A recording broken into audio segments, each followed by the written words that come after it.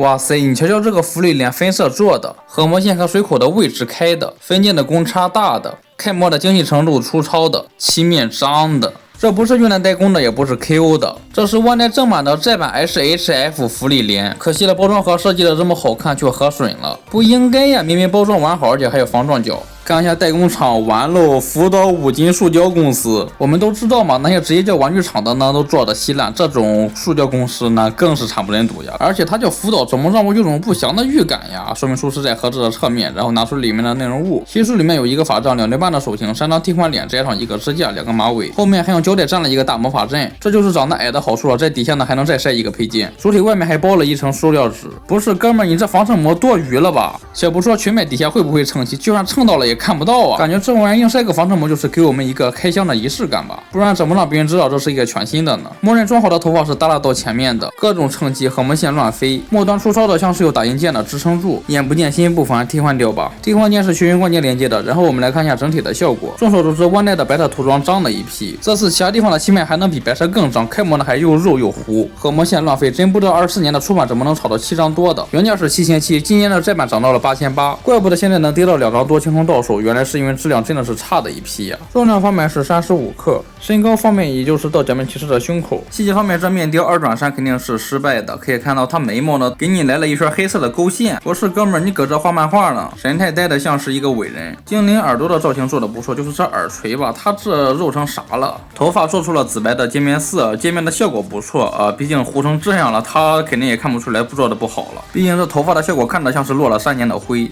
头发丝的细节糊的也像是 KO， 侧面的缝呢也很大。身上除了黑色打底裤呢，就是这个带黄边的白衣服了。比起动画，感觉这个黄色不够鲜艳呀，这周效果倒是做的不错。然后再加上几个红色的裤子呢，就没有其他的分色了。掀开软件材质的斗篷，还可以看到里面有一个黑色条纹的内搭。你不要以为这里被斗篷挡住了看不见，所以说做的水也没问题。你只要随便摆一个抬胳膊的姿势呢，这一个胸口腹部呢就露出来至少1半以上。胳膊正面的水口核膜线呢也很难受，大臂倒是一直能被挡住。胸口以上的肤色和脸的色差很大，而且还拉丝了。下半身是超脚小短腿，还被裙摆挡住了一部分。裙摆是前后2半的，很厚很硬，不好掰开。胯部可以看到就是10几年前的老 SHF 的设计。胳膊轴是舍得给你双段转轴关节了，而膝盖呢依旧是老式的单段球形关节，而且很突出很难看。靴子的话是纯颜色的，细节也是很肉，脚很小。袖子和袖子头呢都是实心的，老实在了。可动方面，马尾是球形关节嘛，可动幅度还算是灵活。低头抬的幅度很小，转动的话没问题。胳膊的平台倒是能够达到90度，向前90度，向后60多度。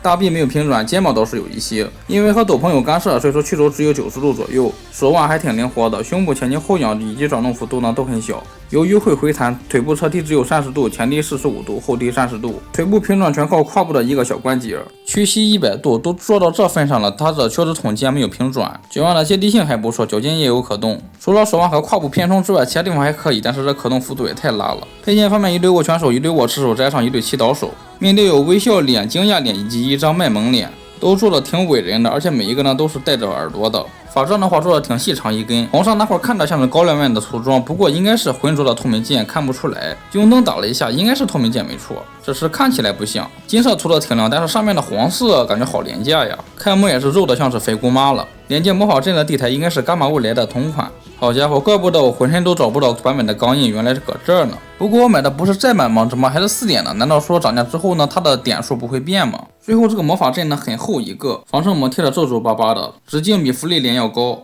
你觉得不够玩的话，我再补充一下这个国产 KO 的精品，这码是市价的1张多，而这个呢只要10几块钱。包含宝箱怪和福利帘本身，可以看到这宝箱怪呢还带可动呢。造型涂装倒是做的没啥问题，毕竟还是原版的嘛。这样你又不用花30多买一个3D 打印的纪念专用了，比这个更贵，没这个还原，而且更粗糙。塞进去没问题，不过腿部没有前踢嘛，所以说就没有办法跪下来了。想要还原名场面的话，需要摆出这一个姿势，很明显不现实。总之，正如大家所见，无论是开模、涂装、品控、设计都是很拉垮，怪不得一再版就跌到2张多呢。搞笑的是，炒到7张多的时候，还有一个国产厂出了一个擦边的，只要199，但现在呢，再版和它差不多时间出货都是差不多的价格。